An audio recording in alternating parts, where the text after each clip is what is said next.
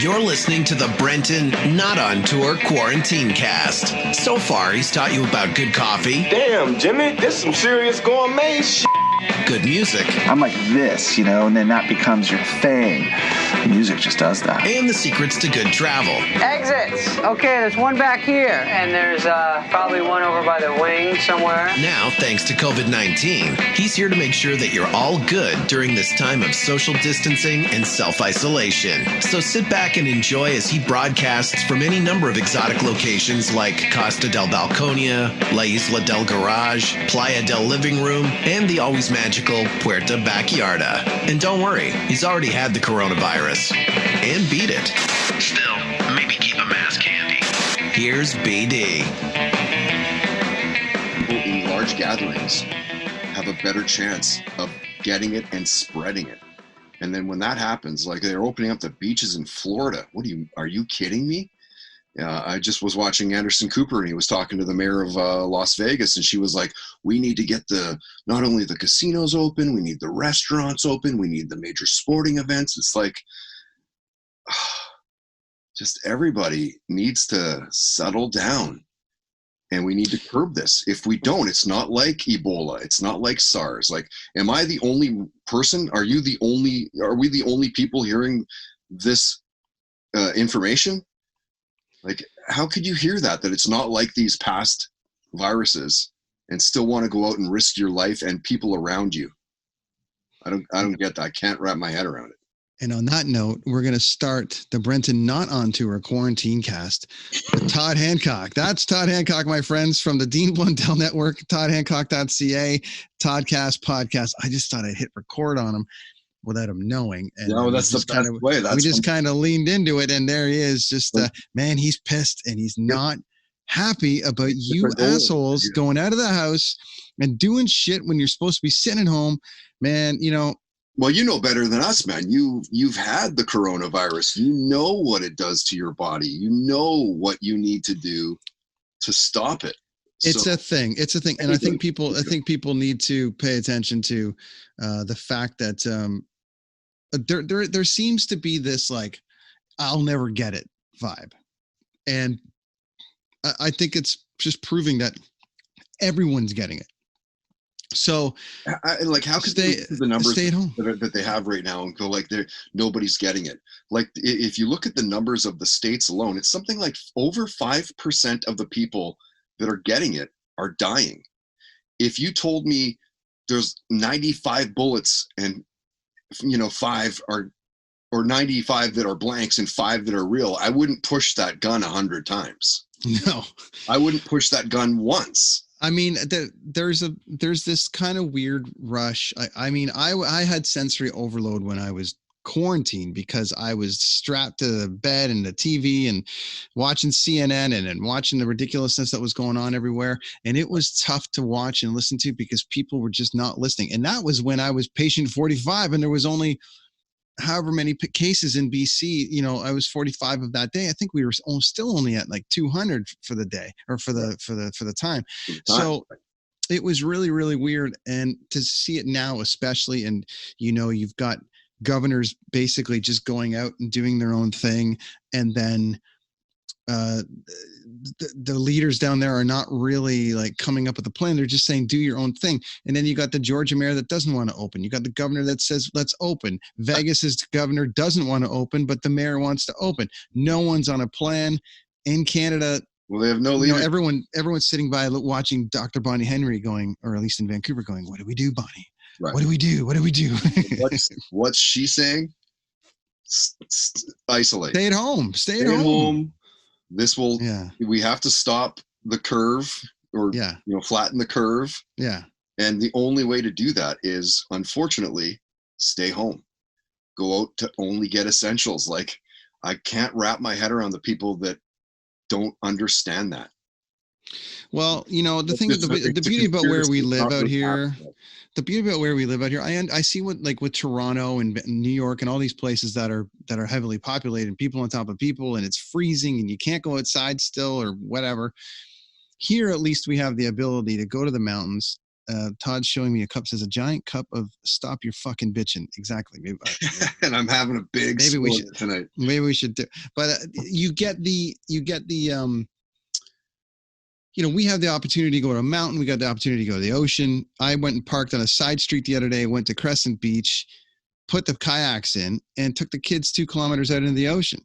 Right. That's social distancing. Sorry, there wasn't a site. There wasn't a person around. There was like people that lived there. There was a handful of people walking around, people running on their own, but it was really, really minimal. We were out in the middle of the ocean, no one around. Then we came back in. The tide was still out 5 kilometers, whatever the hell it was, and we walked down the tide forever. There's ways to not be an asshole and just still get some fresh air and get out, go to the park and do what you got to do. But these people that are trying to get the bingo halls open and trying to get the casinos open and trying to get it's just the stupidest thing I've ever seen. And it's just going to come back again. I had an interesting thing. I was thinking about last night.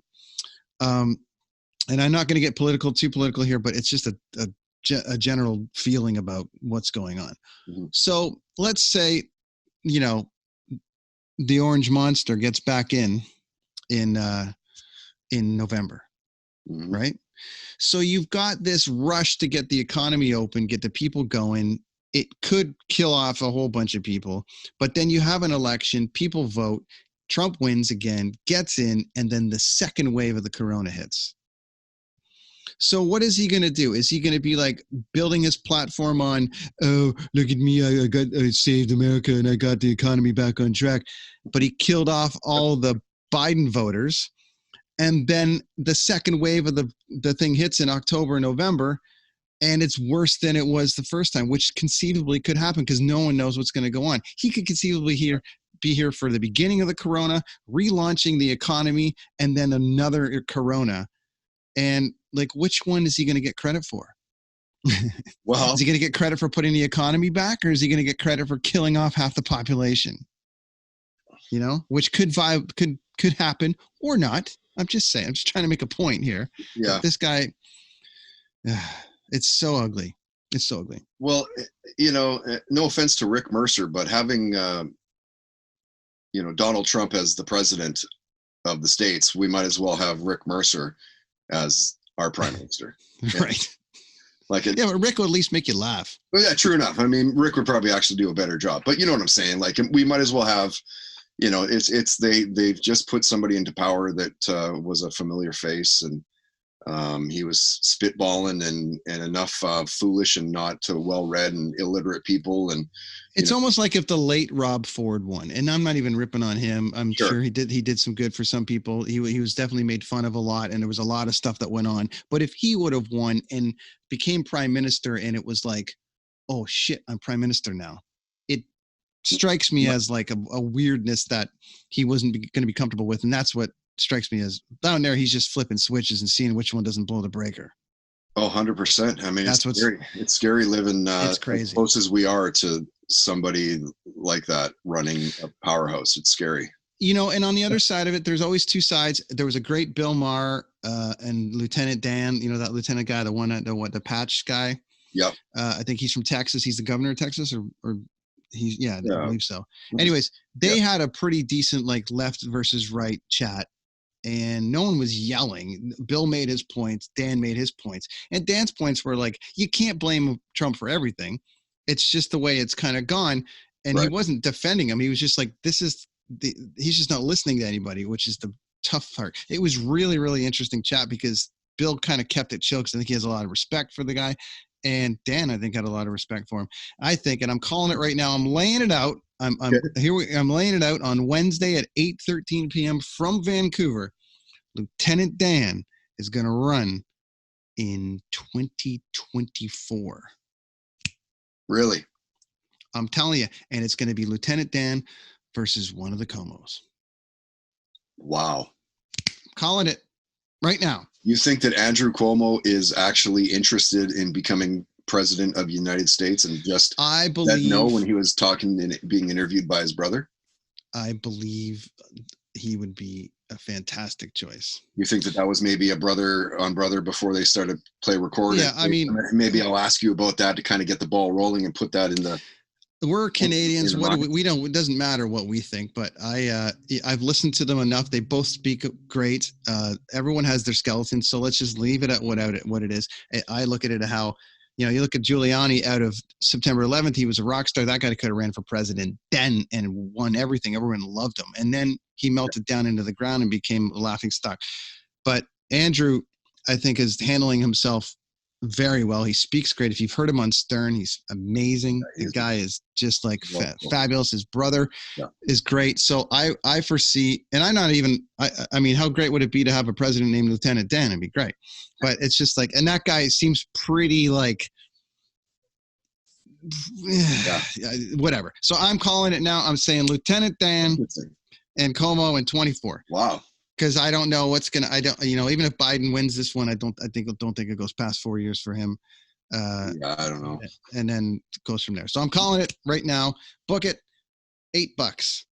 $8. Wow, that's pretty good, man. That's gonna be some nice payoffs at $8. And that's as goddamn political as this podcast is ever gonna get. But we had a good chat. You know what I mean? It's all good. Yeah, I got to be honest. I'm not a political guy. I never really have been. I mean, I'll vote because it's the right thing to do, and I try to be as up to date as I can with the issues that that their platforms and what they're supporting and what they're trumpeting and stuff. But I was surprised to see.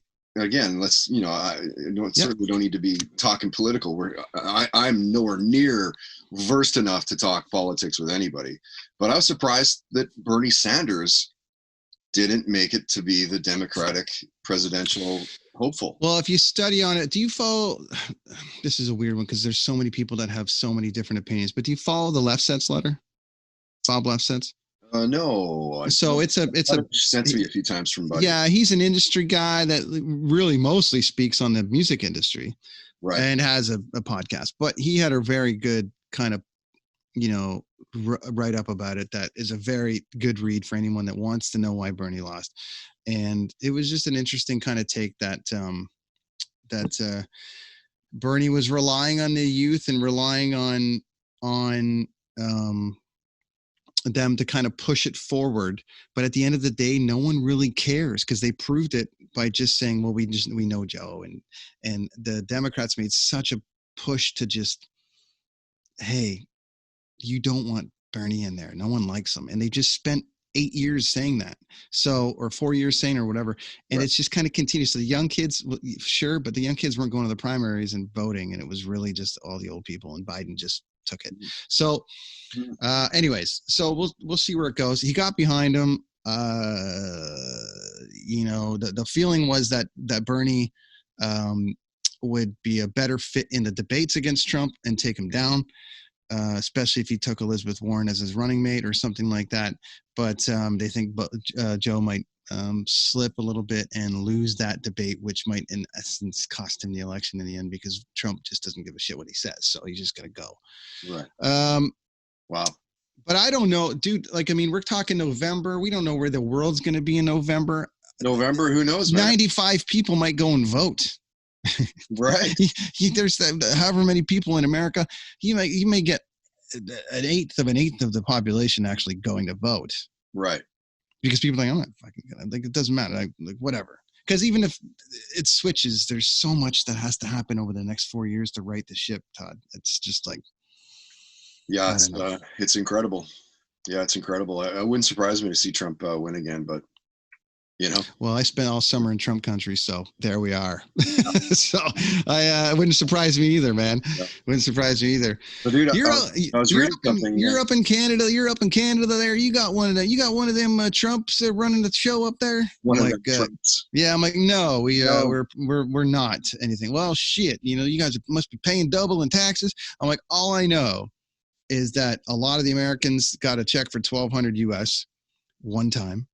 And our government is paying us $2,000 a month so we don't, starve. And ultimately we have to pay that back in some capacity and whatever. But they're looking after us. And when do those checks come?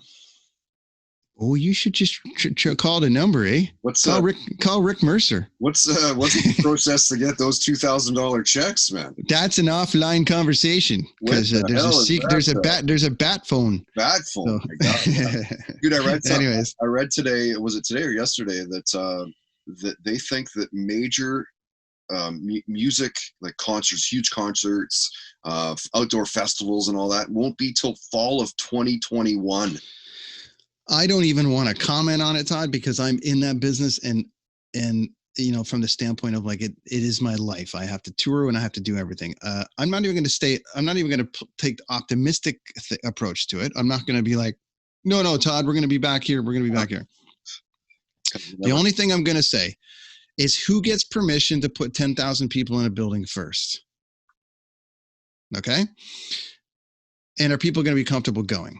And are people going to have any money to go? So you got baseball, you got NHL, you got people that are going to be doing their thing that are going to try to get in there and try to get people back into the building. And then you have to make people feel safe when they're in that building. And that's a huge music and concerts are the lowest priority, my friend. Yeah. Yeah, a changing of the times, a changing of the guards. You see so many.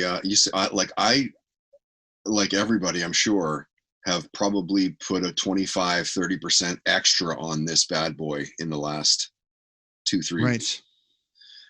And a lot of my time on that is just surfing for, updates on coronavirus and stuff. So maybe 10% of it, but the majority is like, oh my God, Bruce Kulick is doing like these guitar sessions that are amazing. Yeah. Herman Appice is doing like drum tracks from his garage. That's the stuff that I'm finding. And then bands are doing like massive amounts of live streaming, like little acoustic shows and stuff. And I don't know if they're taking advantage of that right now. They probably aren't because they don't want to take advantage of their fans, and taking advantage is a lack of better phrasing, but they should try to attach that to like a Patreon, something like, hey, if you're going to watch this thing, man, just pay us a couple bucks. We got 20,000 people watching. Suddenly it makes 40 for the band that can't tour anymore. You want that band to be around. You got to support what they're doing present day. I mean, I think people are beta testing where it's going to go. I mean, look what's happening on late night TV. I mean, people are proving right now we don't need the big studios anymore. I mean, we have the audience, but do we really need to be dropping this much money? And I mean, it's all, the whole world is going to change. Okay, the world is either going, we talked about this the other day with Dean, the world's either going to change or the vaccine's going to come out and everyone's going to be humping on the beach. So, I don't know. I think that the majority of, or at least hopefully the majority of people that are working from home now can realize that they don't need to be at the job all the time. Like maybe on Monday and Wednesday, I go from 10 till 2 in the afternoon or whatever, so we can get the meetings done and the in-person stuff. But Tuesday, Thursday, Friday, I know I've got to get that shit done. I'll get it done from home. I just showed you I could for the last year. Well, corporations are going to have to make that decision. And that's the big thing. You look at those buildings that have skyscrapers that have thousands of employees in it that are taking up 9 floors and everyone's doing stuff. It's like, done like that though. Like, does that go away? I mean, there's a big push on to figure out what the next world's going to look like, including my business. Including your business. And same for me. Like, I'm a instructor for the radio arts and entertainment course at BCIT. Well, now suddenly it's all online, and it's this with students. It's not quite what you signed up for. If you're somebody that wanted to take that course, you wanted the hands-on. I've got a radio board in front of me. I've got a Pro Neumann microphone. I've got the Pro Tools. I've got all these different rigs to be able to do that's different. Now suddenly that's different. So yeah, man, my industry has changed a whole bunch. The only thing is to remain the same is this. Amazon just ran out of podcast mics. Is that right? So there is that what old adage, every asshole's got a podcast. Everyone I mean, but I did talk to a couple of musician friends and was sort of poking around a little bit about what their schedule was looking like. Not for me. I actually was just like, what is happening with you guys? You must be getting hammered with like 1,000 different requests to be on different podcasts. And the biggest thing that was happening was, well, now that everyone has a podcast, everyone makes a logo, everyone goes ahead and says, hey, I've got a podcast, come on it. And 6 months ago, it was kind of like, sure, you know, someone might have 1,000 people or 2,000, or even like me when I was first starting this thing. I mean, it was a couple of hundred or whatever, right. But people were just like, sure. But now there's so many and so much content that even the musicians are like, well, like I just said everything Tuesday and Wednesday. Right. Like how many times do you want to tell your story? Like I'm watching Todd. Todd's been on Todd Kearns. You know, they're doing the TODDCast now, which is really cool. But you know, I'm sure he's getting a lot of requests. Like there's guys that are doing stuff. Plus there's Instagram Live. When I was sick, I went Instagram Live to just update people. Fitz joined me, Brent Fitz from Slash's band. We were shooting the shit for an hour after that on Instagram Live. Yeah. We had 10,000 views. Wow. And then it was like, it wasn't really a podcast. It was just Instagram Live. Just hanging out. But then all those people call me back and go, or all those people are messaging me going, well, they're Fitz fans, not my fans. They're Fitz fans going, hey, next time he's on, we want to come on. And it's just crazy. And I'm like, well, people are just getting inundated with content. And I'm not trying to add to that. I'm just trying to, have some fun with it and just do my thing and continue to entertain the people that are actually following me. If I get new people out of it, great. I mean, but it's going to be harder right now. Yeah. So enough about me. The reason I wanted to get you on here, it's we're both on the Blundell Network. You've helped me a great deal in building this thing out. For the listeners at home, finally, as we get around to the reintroduction of Todd is the TODDCast podcast. You've been doing it for a long time. Yeah. You're the afternoon and the 6 o'clock rock report guy and all the rest of it at CFox with Danger. You run the rest of the resume, but how did the TODDCast podcast come about? And if you've told this 1,000 times, I'm sorry. Let's just I want to learn a little bit on the TODDCast podcast side of it, and people can actually listen to a pro for once. Yeah. Wow. The pressure now. I mean, it was literally one of those, like you said, I was the afternoon guy and the rock report host, which was a music intensive interview, acoustic performances and stuff from 6 till 7, Monday to Friday, from everybody. Like, it was awesome. Foo Fighters and Korn and Slipknot and rock station. So think that vein. And we pretty much had everybody roll through that studio. So when I got let go from that radio station, thankfully I was probably 85-90% of the time I was the guy booking those bands for CFox. So I knew the music labels. I knew like production houses and everything else, right? So when I got let go, I had all this because I'd been there for 15 years and I had I think it was 10 months of severance, but full pay. I had, every 2 weeks, it was just like I was working at the radio station, but I wasn't. I was just making the money. So, maybe a few months into the severance, a really good friend of mine named Paul Meehan, who is part owner in Me and Lewis, an advertising firm here in Vancouver, one in Toronto, one in London, England as well. He said to me, does it really need to be radio? Do you need to go back to radio? Like maybe podcasting's your thing. You've hosted how many events in this city? How many people do you know that own, a property or manage something, a GM or whatever? Get them to sponsor your sorry ass, and maybe you could just start a podcast and make money that way. And that's got to be a weird feeling because when you're a mechanic, you get let go and you want to just go be a mechanic somewhere else. Right. And when you're when you're a doctor, you just go and open a new doctor's office. When you're an athlete, you go into coaching or you go into something like that.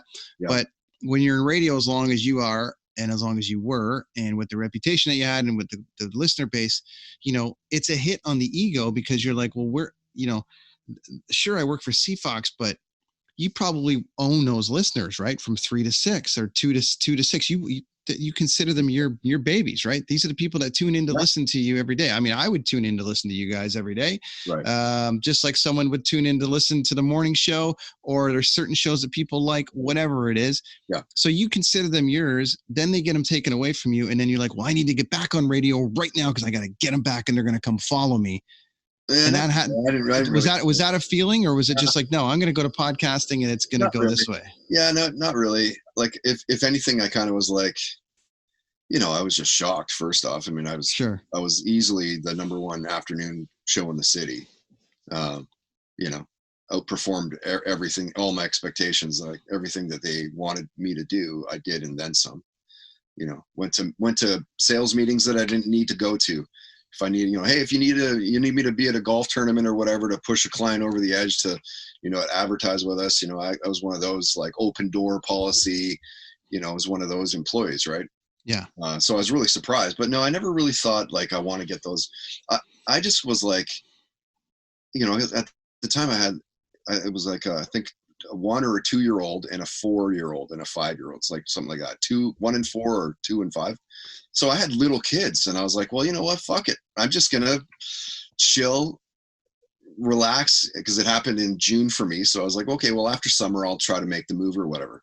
But by the time after summer rolled around, that's when Paul came into the picture and was like, explore the idea. And I'm like, okay, so what would that kind of look like? He's like, I don't know, like, go home and think about the businesses that, I want you to go home and I want you to think of 10 businesses that personally that would maybe give you $200, $300, $400, $500, $1,000 a month. Because if you can get 10 sponsors on at $400 each, that's suddenly $4,000 coming into your pocket. Mm-hmm. And I was like, I'm like, okay, suddenly, because I'm like, well, I can't, like, who's going to give me that much money or whatever. And as soon as he said that, I was like, oh, okay, well, that, like, $100 a week to sponsor me. Can you do that? Okay, if I had a business and it was doing well and a friend of mine that had a pretty good following already that you knew was going to put out a good product. Yeah. And he said to you, hey man, would you give me $10 a day? Would you give me $300 a month? Would you give me $100 a week? Would you give me $400 a month to, promo your X company on my brand new podcast?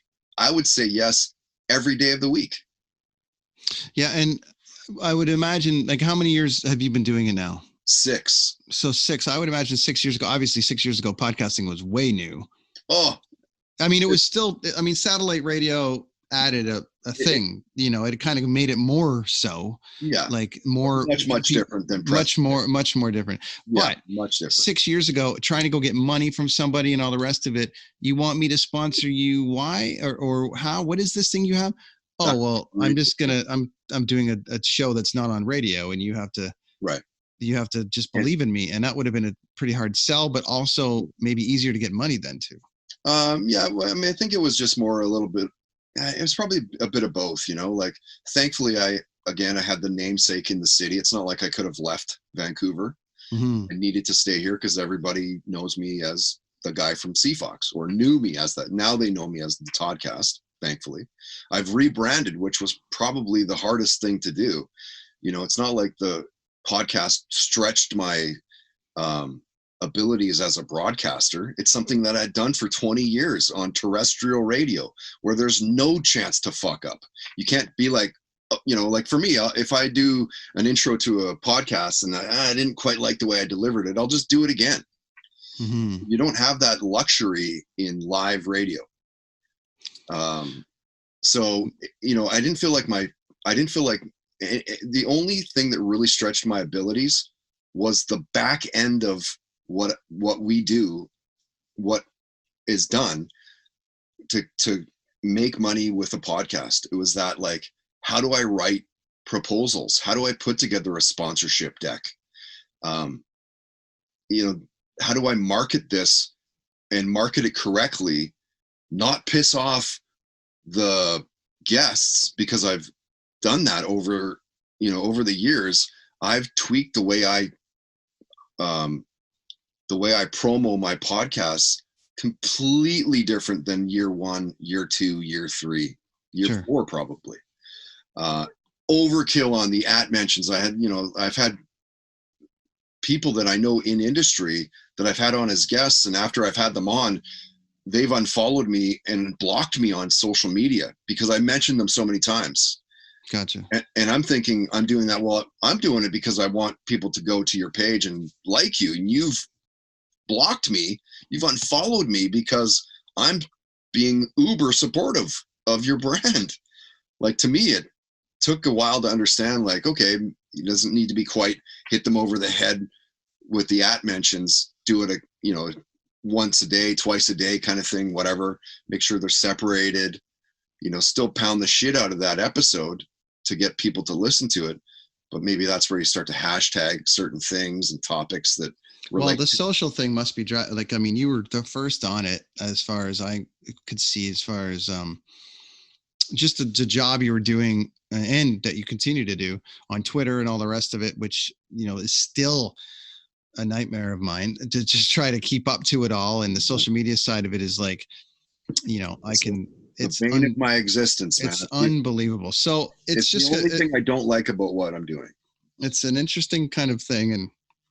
And I'm really, are you listening now? I don't like to, I listen to podcasts because there's certain ones that I like. I never use them for comparison per se. I like the way certain things flow. So for me, building this thing out, when we were first talking, I'm like, I don't know, it's going to go like this, and maybe it'll go like this. And then it kind of evolved into the 4-parter, and then it evolved into stuff. And then I was listening the other day to I was listening to yours with Mancuso the other day, and then the Black Crowes drummer. I just kind of revisited that, and I was walking around going, that's really nice how he's got that cutting and flowing. But then I'm like, it's just me. I've got a producer in Toronto. I don't want to load him up. So I'm kind of just like, let's do it like this. So it's kind of taken this different form over the time. Now I'm into the Zoom thing, which is kind of fun because I can make videos for YouTube, and I can that's an extra thing of product to put out. But I have to make them jump out. I have to, like the first one I've got coming out has got all this stuff on it. And I'm, kind of putting in pictures and videos and stuff just to kind of keep the listener engaged. Yeah. But there's no rules, but it's interesting because I am listening to yours, and then but then I'm like, I don't want to take anything from Todd's. I just like Todd's either cadence or this or that, or I'll listen to Stern. Everyone listens to Stern and goes, what is it you like about my podcast? Yours personally? So, you've got the different themes, like the Todd's Trolls. You got all these different kinds of like themes throughout the week, plus the way you cut your cast. You throw music in there, which I should, because I'm a music fan, but I just don't right now. It's not part of my world. I like how you did it. Plus I'm like, well, Todd's doing that. I don't want Todd to do that.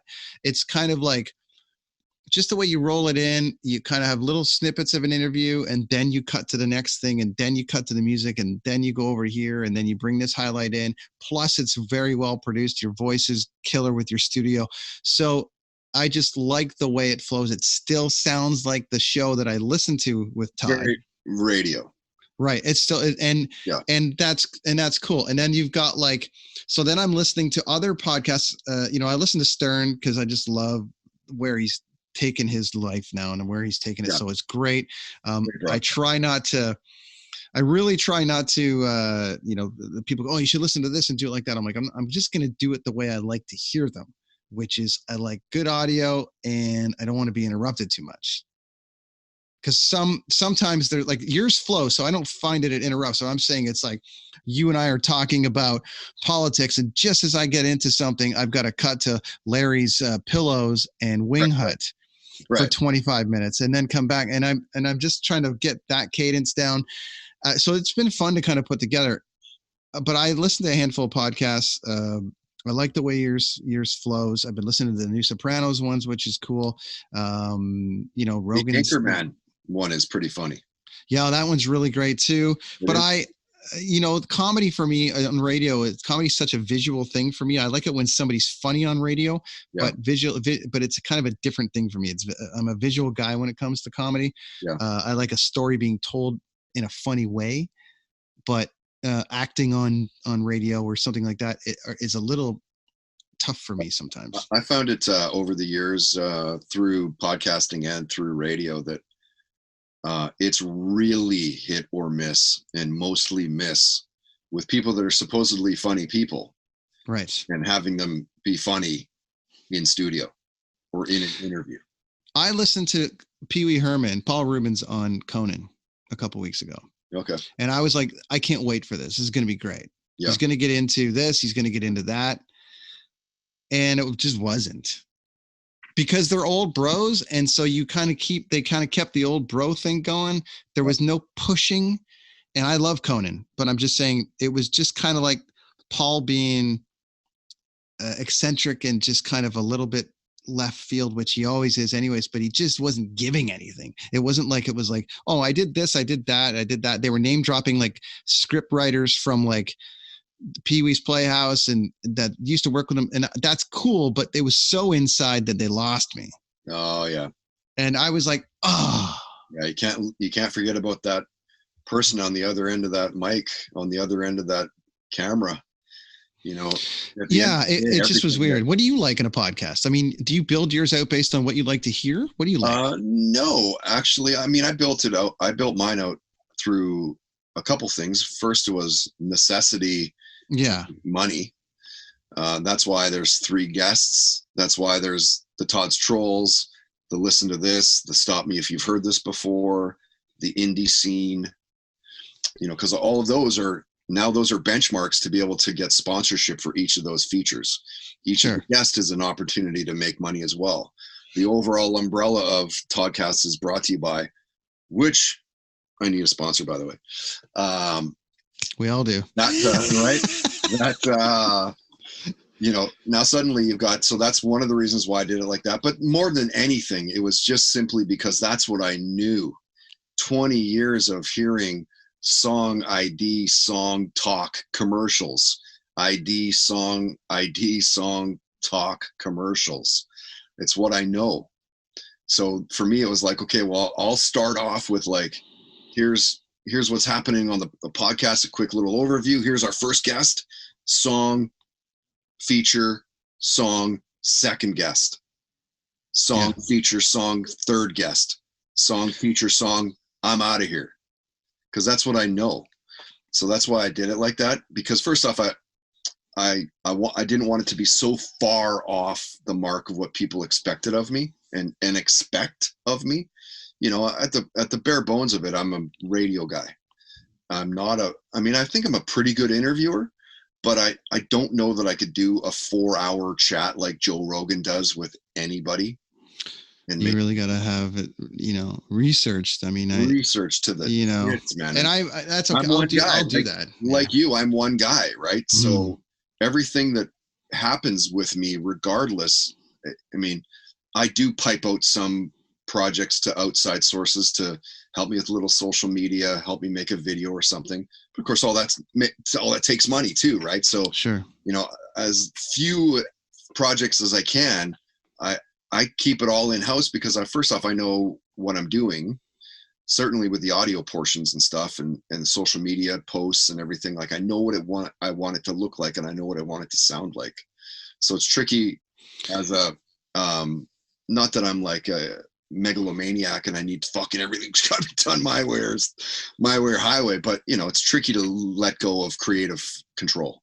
It's interesting to kind of see where it's going because there's just so many podcasts and I like, I find it, you know, how do you stand out? And I think, well, there's marketing like crazy. And also I find there's that lightning in a bottle. So there's a bit of like you did a Chad Kroeger interview, sounded killer, sounded awesome. Right.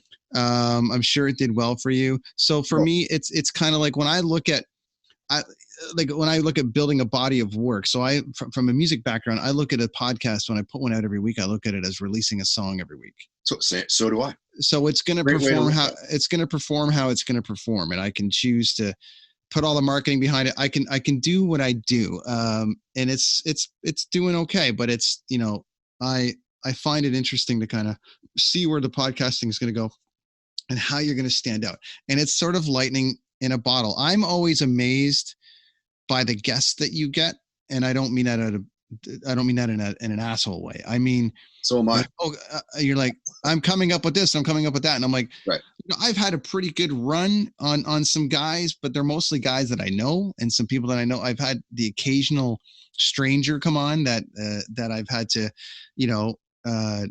do some stuff with, and it's been cool. Yep. It's been cool. But I look at like laying the foundation down and going, well, who do I really want to speak to? Where do I want it to go? Often with these podcasts, for me, at least in this stage right now, I'm not probably as planned as you. I know you've shown me your deck and how you plan out your world and your socials and stuff like that. For me, yeah. I go, okay, I'm in the travel cast right now. I want to, with Mercedes, and we're going to get this guest, and okay, we're going to try to go after this. We did the Olympic one today, and all the rest, that went really well. And that's 5 different sources of people that can plug it out for me. Awesome. But now I'm on a quarantine cast. I'm talking comics with Chris Machete. We're talking podcasting and politics today. Yeah. But then I'll go back to, I got a life cast coming up where it's going to be kind of more the bigger celeb side of things. And I have to go after them. And I'm like, geez, that's a bit nerve wracking to think that. I'll tell you what, man, you'll be surprised at how many people are receptive just through a tweet. Like I just today, talked to Jane's Addiction drummer, Stephen Perkins. Mm-hmm. Awesome. Through a tweet. A few days ago, I just tweeted him saying, hey, dude, big fan. Any chance you can give me 10 or 15 minutes of your time during these quarantine times or something like that? And he wrote back, hell yeah, man, I'll DM you. Shot me his phone number. I texted him and said, what's good for you? He goes, how about Wednesday next week? This is on Sunday, I think. And I'm like, yeah, sure, sounds good. So I texted him this morning, hey man, you still good for today? Yeah, how's 1 o'clock? Sounds good, man. I'm like, okay, cool. At 15 minutes into the interview, I said, hey man, so we're at 15 minutes. I said, I need like 10 or 15, but I'm like, sorry, I think I'm going to take a little more time. And he goes, dude, as much as you need. And we went for 45, probably 50. That happened to me with not quite as glamorous, but equally as important in a different field. I had Tim Wendelboe, the one of the top coffee roasters in the world, on as part of the end of the Coffee Cast as my 10th guest. Okay. And I had messaged him just strictly through a business card, and had had went to his cafe, which is amazing. It's considered one of the best in the world. Just messaged him saying, hey, if you ever want to come on. He messaged me back right away, said no problem, and I got on with him prior to us recording, and I said, what kind of time do you have? He goes, well, what do you need? I said, well, I like to keep them to like, at that point it was coffee talk. So I'm like, I like to keep them to like 30 to 40 minutes tops. Mm-hmm. He's like, I'm here for a couple hours. We ended up going an hour. Wow. Okay. and on coffee, but it was so engaging with the guy that was exciting for me to be able to, that was a moment for me because it actually is still the most downloaded one. And I've had guys from Korn on, I had Brent Fitz on, and all those episodes are doing great. But Tim is just such a renowned coffee roaster, right? That it's the most downloaded episode that I have on the whole network so far. Yeah, you know what? I think that the Chad Kruger one for me, even though that was only about 9 months ago. Yeah. And again, I'm 6 years in. It is the most downloaded podcast of all. And so here's a one for you, whether you want to give this away or not, but so it's the most downloaded episode of all time for you, blah, blah, blah. How many new listeners and followers did you get out of that? Which is the reality for the people listening that I want them to hear about. Yeah. Podcasting. I could safely say it's probably not big numbers, but anywhere between, I don't know, maybe 50 to 100 people.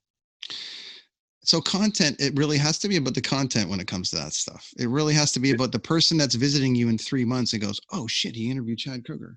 Yeah. I mean, to grow your numbers, I mean, it's so hard to grow numbers and, do it authentically. I mean, and by that, I mean, by not buying followers, buying followers doesn't make any sense at all. In fact, it will kill your numbers because you'll have suddenly 12,000, people, and there's only this many engagements. So they're suddenly, now you're never going to reach the top of everybody's pile, to be able to see your content. Right. So it's the worst idea if you're trying to grow your brand, is to buy followers to make it look like you have followers. That's the worst idea.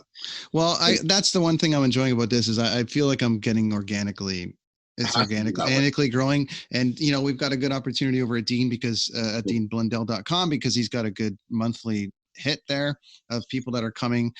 He's built up a pretty decent network of people that are doing stuff. I mean, geez, just today, I think they blasted out 4 podcasts. Is that right? Like I went out, Dean put out something. I think Mancuso put another one out. I put out mine yesterday. So. I think Paul, the Travel Cast went out. I think there was like literally 5 that went out today or something like that. And one day from one small little tiny network that's doing some serious business that's not so small anymore. And so I think it gives a good opportunity, especially for somebody like me that's practically did basically start from scratch on this thing on a phone.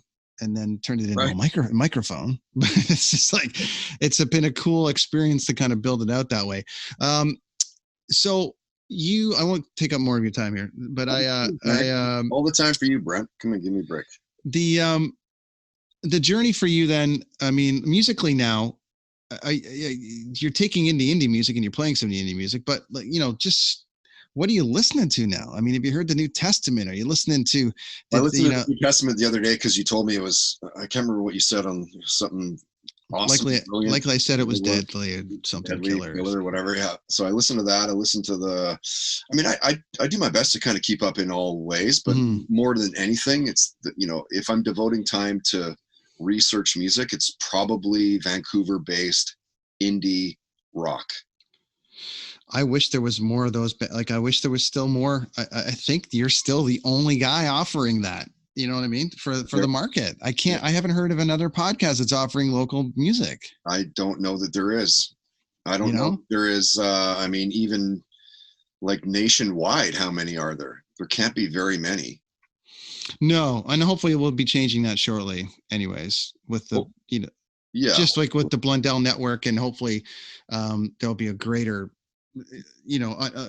opportunity to do that through TODDCast Podcast and all the rest of it. But I think that would be amazing to be able to do that and offer that opportunity to people. Because I used to love the Indie Hour. I mean, I think that there's probably an opportunity to do this across Canada, not to get too fucking deep, but this could be something that, you know, Blundell and me and you, we could spearhead something like this, where we would take across the country, take the key bands from each of the major cities and actually build an internet radio station with Blundell as mornings, me as the afternoon host, and just blast out voice tracks. And that was that band, and this is this band. If you're in this one, here's the tour, and blah, blah, blah, right? Like, how easy would that be? And how many radio guys do we know that would be able to just burn? Yeah, I think there's a good opportunity for that on the way, and I think it's cool. And now more than ever, I mean, geez, everyone is kind of freaking out, looking for ways to, come up with new content, and the world has changed. So I'm excited about the content. The one thing about this thing with the podcasting is I really enjoy doing it, and I've got the list. I'm not losing listeners from what I'm seeing, so that's okay. We're gaining. That's a plus. I'm gaining, which is good, and I'm about to hit a pretty nice number that I was excited about. And then now that's a great thing, by the way. Set goals. Yeah, I wanted to get my first 5,000 downloads like organically. Like, I mean, you can get that in one episode if you get the right guest, but I've been building them out at like different things. And I definitely crossed over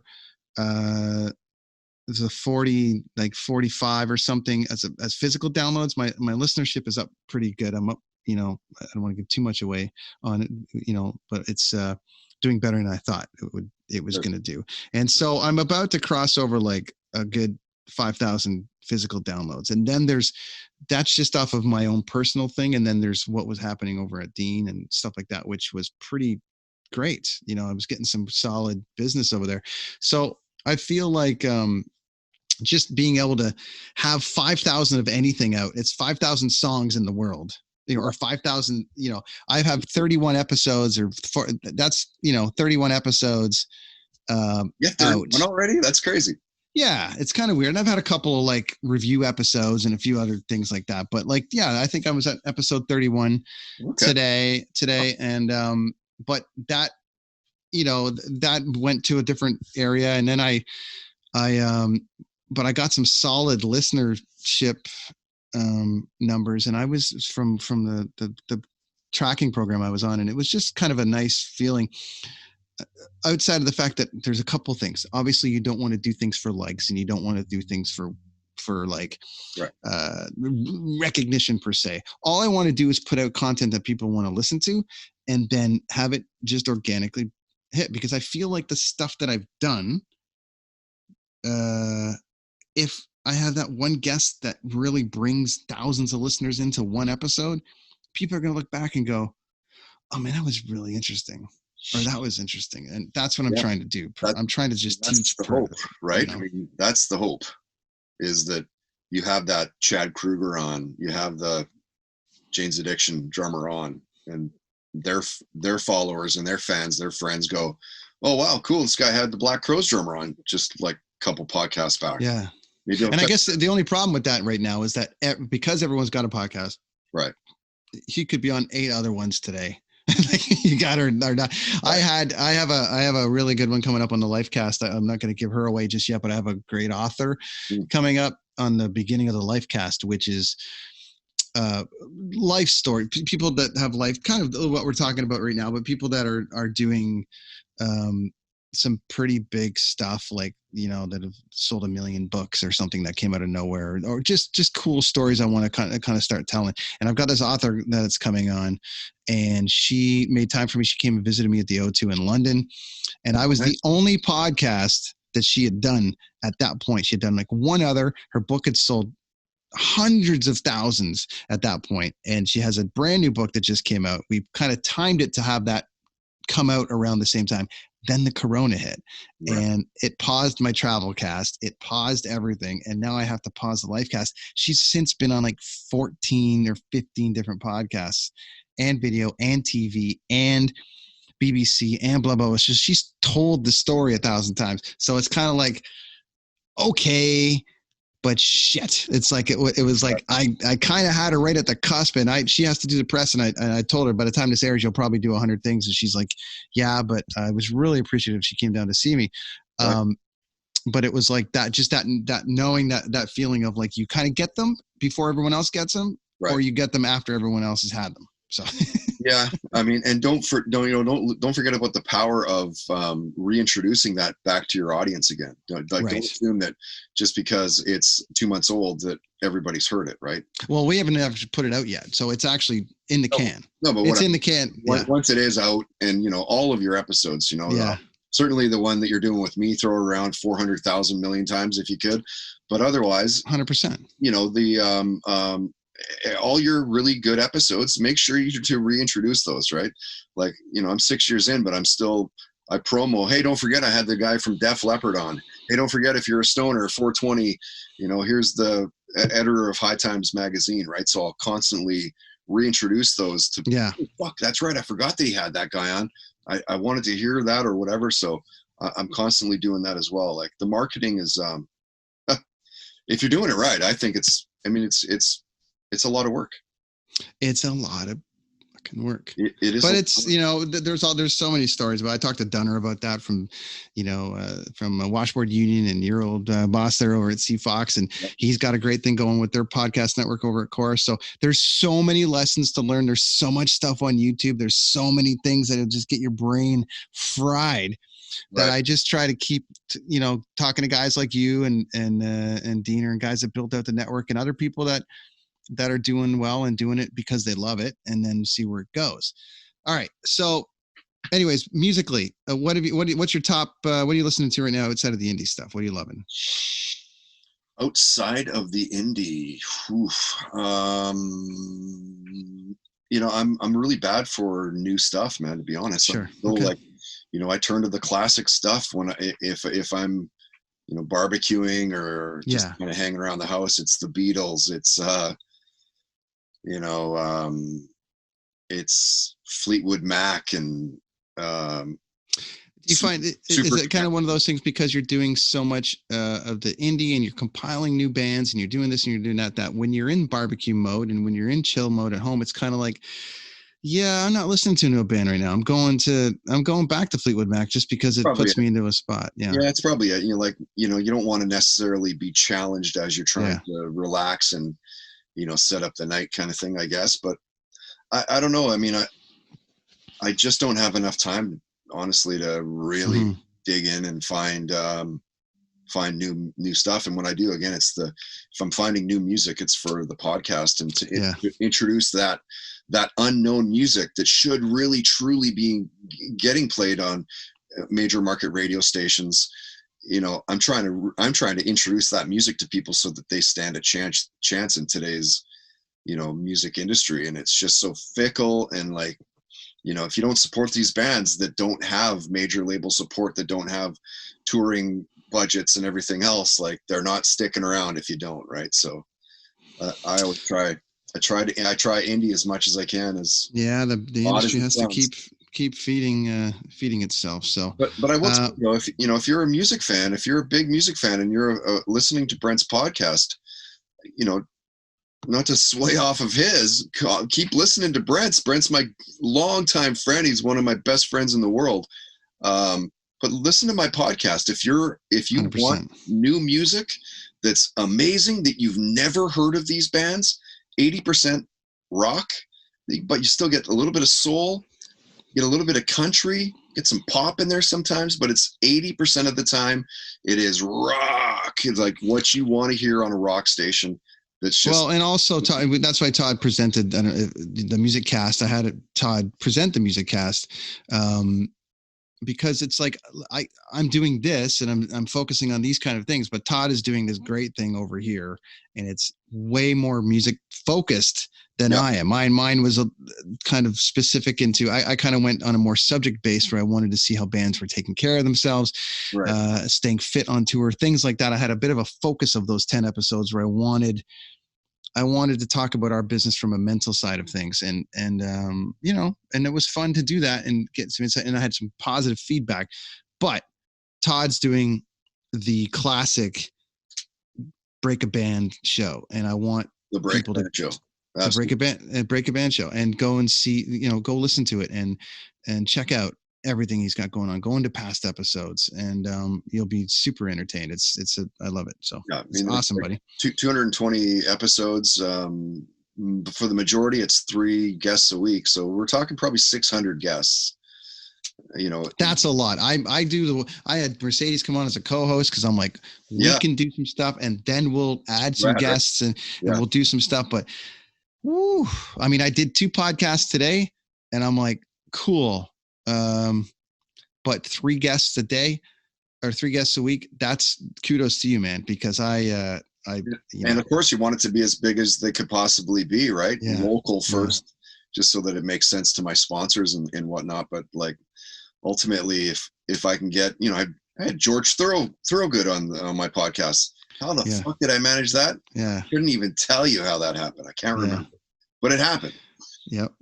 Yeah, it's awesome, buddy. Well, I appreciate your help and helping me put this together. This has been informative. I'm hoping actually anyone listening right now that is actually sitting around in quarantine going, man, should I do something? I got a couple of friends that are like, should I podcast? Should I do something? It's like, if you've got something to say and you think you can be passionate about it, then just put it out, because you never know when it's going to go.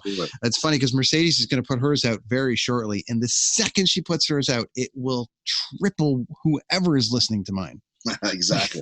Because she's bringing all the Olympic. It's just, I have to work really hard to build it from scratch. She gets to walk right into an audience, and I love her for it. I know Casey Joe, Luz started one. Joe started one. I didn't know. She started one. Okay. And she's killing it, and it already went to like some